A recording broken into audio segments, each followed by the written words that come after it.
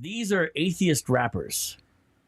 Okay. I've listened to some atheist rappers. All right, so I thought you might like this. So I wanted to end with one different thing because I save all kinds of stuff. This is literally all the stuff is on my phone, right? All right.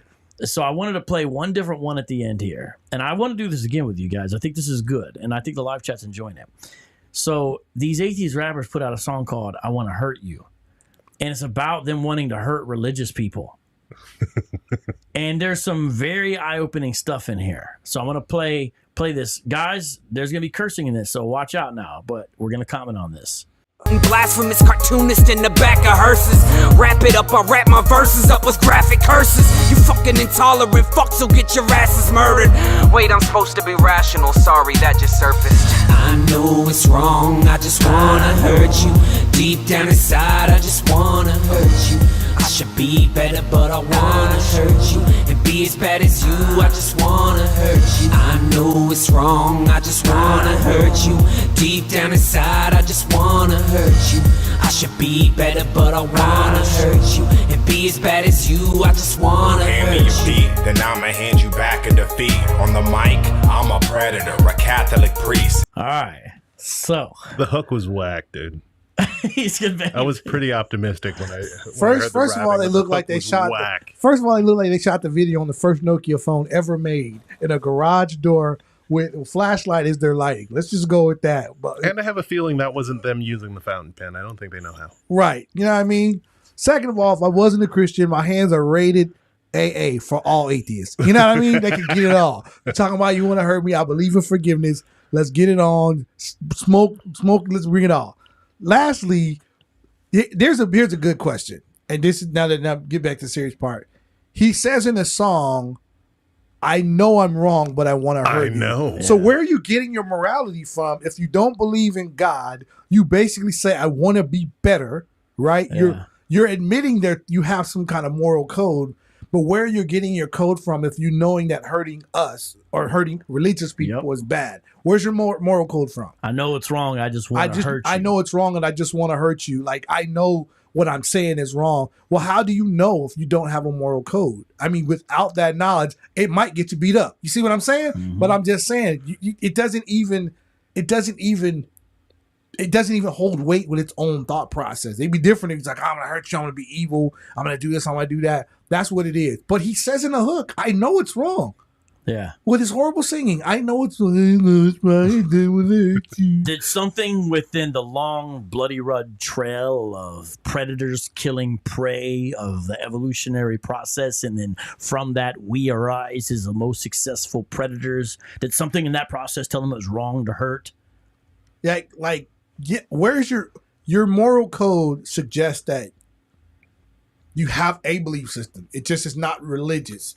So where are you gaining better and worse or good and bad from? If you're saying, it's like there's a God, right? And you just don't want to admit it. Like, you don't see any anti-unicorn groups out in the street. There's no unicorns. I see bronies out in the streets. Well, ain't nobody starting. But they're supporters. Hey, Helper of Man says that hook makes me want to hurt myself. Right. You don't see anybody on the street with a Dwarves Lives Matter shirt on or something like that. They know it's not real. But this guy right here is clearly wrestling with morality. Whether it's, he's not wrestling with salvation, I don't believe, but you're wrestling with morality.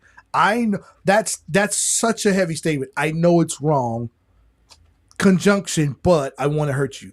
Well, you just want to hurt somebody. Just what it is. Just say so. Yeah. Just don't pick the wrong Christian. That's the problem. Yeah, I remember, that reminds me of the Gospel Gangsters back in the day. Yeah. The Gospel Gangsters, Chili Chill, he has a line where he says, I'm not trying to fall. He says, I love this line. He says, hey, I'm not perfect. Sometimes I sin, and I might fall in sin with your chin. And then you're going to get anointed by these size 10s. It was such a great song. It's called "Vengeance Is Mine." But I want to play that again. So this we don't. No, you got to hear that. Let's go to the next clip. Because well, first of all, notice in the beginning what he's commenting on. He's commenting on the Salman Rushdie satanic verses controversy. Do you know anything about that? Have you ever looked into that? I didn't really read it. So Salman Rushdie, who we did a new Boom Boom Room, it's not done yet, but we've recorded it with Robert Spencer playing Salman Rushdie, did a book back in the day. He's a successful UK novelist where these dream sequences feature a true element of Islam that's very embarrassing, where you have Muhammad temporarily saying that the Muslims or those around them can actually direct their prayers to false gods. And then later on, people start tripping out like, hey, that don't sound right? And then he says, well, actually, that was Satan testing me. You know, sometimes Satan sends revelations to prophets too, not just from God. So they're called the satanic verses. They got rescinded later on. And so there's a fatwa out on Salman Rushdie. So he's referring to that. So we would agree with him there in the sense that people should be allowed to criticize religion. We agree with him on that. So he's saying that. By the way, Salman Rushdie, just last year at a speaking engagement, since his fatwa is still out 20, 30 years later, got stabbed in the eye numerous times. He's probably going to lose sight of his eye and then one of his hands or something. So very serious. No, they don't forget. But listen to what he says here. I want to play this. This is an interesting part, Mike. He says, I should be rational. Really? Yeah, he says, I should be rational. But so listen to these lyrics one more time. And I'm going to play the other verse, which is at a whole nother level. By the way, this is just, listen to this. Blasphemous cartoonist in the back of hearses. Wrap it up, I wrap my verses up with graphic curses. You fucking intolerant fuck, so get your asses murdered. So you're intolerant, so you should be murdered. Yeah. Good luck. Hold on. The price for intolerance is capital. It's like, bro, what? You know, atheism produces some happy people, don't you think, you guys? It's like happy. Wait, I'm supposed to be rational, sorry, that just surfaced. I know it's wrong, I just wanna hurt you. Deep down inside, I just wanna hurt you. I should be better, but I wanna hurt you. And be as bad as you, I just wanna hurt you. I know it's wrong, I just wanna hurt you. Deep down inside, I just wanna hurt you.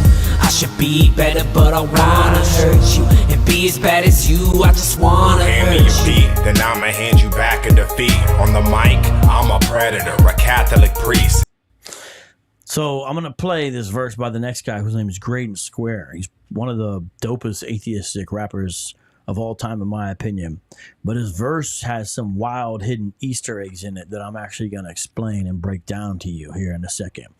And so any other comments before we go to this? All Hebrews are like this, but we end with some atheistic rap. Oh yeah, what a joy. This is 30 seconds. Here we go. Yeah, and on a high note, bro. Pun intended. Yeah, they are high. I got you, bro. What I'm gonna do is about to hurt a lot. You can scream, but I prefer you not. Where was your vicar to tell you not? You don't wanna police your own people, you can threaten with any hell you got. But I will be making an example and not spare any one of you snakes, no, not even a handful. I'm through talking, you done riled the mad lion. You'll end up getting stomped on the floor, just ask Brian. People ask me, aren't you afraid for what you say? I say, why? These people wanna kill me. These people want to kill me anyway. Like religious people want to kill Graydon Square. So any comments on that before I share a little Easter egg about this? Nobody knows him. Who's Brian? Right. Who's Brian? That's what's so crazy. Nobody knows you. Who stomped? Well, he used to be. So in the beginning of the what they call the infidel internet thing, Yeah. he was really prominent.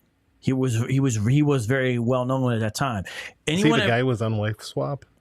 What? There was an internet infidels. Oh, really? Guy was on the Wife Swap. Oh, I didn't know. What, do you remember the Rational Response Squad? My post is still number 4 on there. What? What you talking about? I had tried to debate Rook, Hand Me Damn It, or whatever his name is. You know Rook? Yeah, Rook didn't want to smoke. So I went through their number 1 post was 101 biblical contradictions. I wrote a paper about it. I took on 25 contradictions at the same time. If you go on the forum today, my post is still up there. They never answered it. It has the most comments. I know all about the Rational Response Squad. Okay. And Rook, I'm still waiting for you. You didn't want none of the smoke. Well, I really didn't know nothing then. Now, I'll be a problem for you. So, yeah. That's hilarious. So can you tell people what you know about the Rational Response Squad then? Just a bunch of goofy people that would go on and claim to be scholars. Farouk claimed to be a scholar in all of the biblical. He did. In all of the biblical books. Yes, he did. did. And so they had this one. All of them. Yeah. Yeah. He's not lying. No, he did. He claimed just ask Brian. They wrote a couple of articles that would basically go into the contradictions of the Bible. And most of them were just linguistic challenges of using the wrong scripture, or actually some of them weren't even the right scripture. And so they would post it on there and they'd argue about it.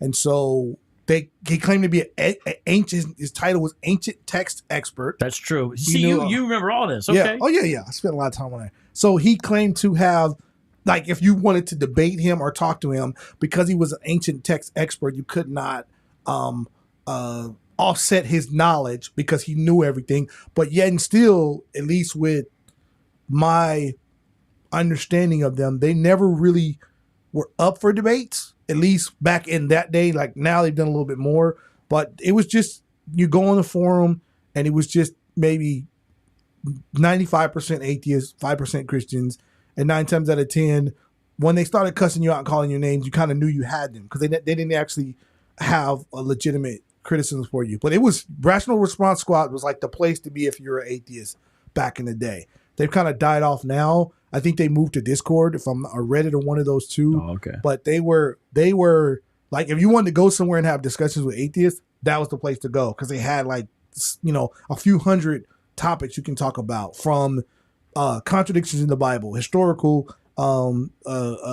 things that didn't line up with scripture, theories, errors in translation. Like they just would go on and on about almost every area of Christianity that they could attack. And then they would try to present you with these blog articles about inconsistencies in history, about how, you know, historical facts don't line up, about how evolution is really the thing that well, some of them were into evolution. So they were like, if you were like, I want to become an atheist, the Rational Response Squad was the place to go. That's where you can get all of your education. And if you were too silly to look up their sources, you would fall right in. Like they were that convincing, but they didn't want none of the smoke, bro. So back in 2008, when, you know, they were like big and whatever, they had these conventions and different things, and it's actually really a tragedy. So Graydon was like the rapper that they would have at these events, right? And something happened. So before I say that, Mike, do you remember any of the other people's names that were in the Rational Response Squad, or besides Rook? I can't remember the main guy's name, and then there was this girl.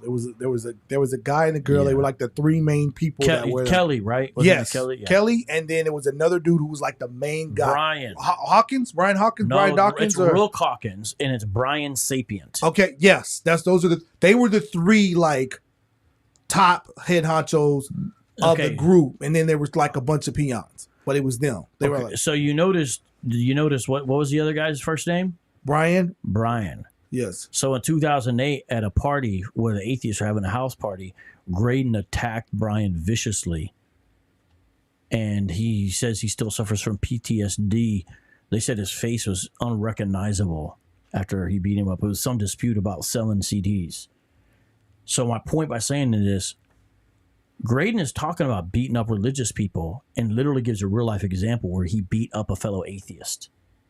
Like this went to court and it was like a serious assault. It wasn't just like a punch. It was like a serious thing. You can find out more about this online. It's actually tragic, but it's crazy. He's literally like bragging about it. He's bragging about beating up in a real life situation a fellow atheist. That's and the other guy on the song is talking about Christians wanting to kill him. He needs to worry about his partner. Seriously. So listen to this again. What I'm gonna do is about to hurt a lot. You can scream, but I prefer you not. I mean, who says something like this? It's like sadistic. You can scream, but I prefer you not. Like, it's like this is atheism. We should sing the song The Seven and Hog Mob. It was your vicar to tell you not. You don't want to police your own people. You can threaten with any hell you got. But I will be making an example and not spare any one of you snakes. No, not even a handful. I'm through talking. You done riled the mad lion. You'll end up getting stomped on the floor. Just ask Brian. People ask me, aren't you afraid for what you say? I say, why? These people want to kill me. That's crazy. He would say like, I'm not worried you are a mad lion. You didn't stomp on the floor. Just ask Brian. He's naming a real life atheist that he beat down severely in real life as an example. That's crazy to me. That's crazy. So this is the product of the rational response, Mike. Atheist on atheist crime. Yeah, and notice the other guy says, I know I'm supposed to be rational, but I want to hurt you. And then this dude's talking about beating up a fellow rational response guy. I pray they don't run into some of the Christians I know. Imagine how about Graydon Square versus the Hebrew Israelites? Oh man, that'd be wonderful. Oh come on, man, wonderful. It would. I think they should have a wrestling match in Iowa. Right. That'd be good times. Out of context, the kingdom suffers violence and the violence taken by force. Oh come on, bro. Come on. I announced I was out of context. I told you right off the bat what I was going to say. Take it to the barn. Right.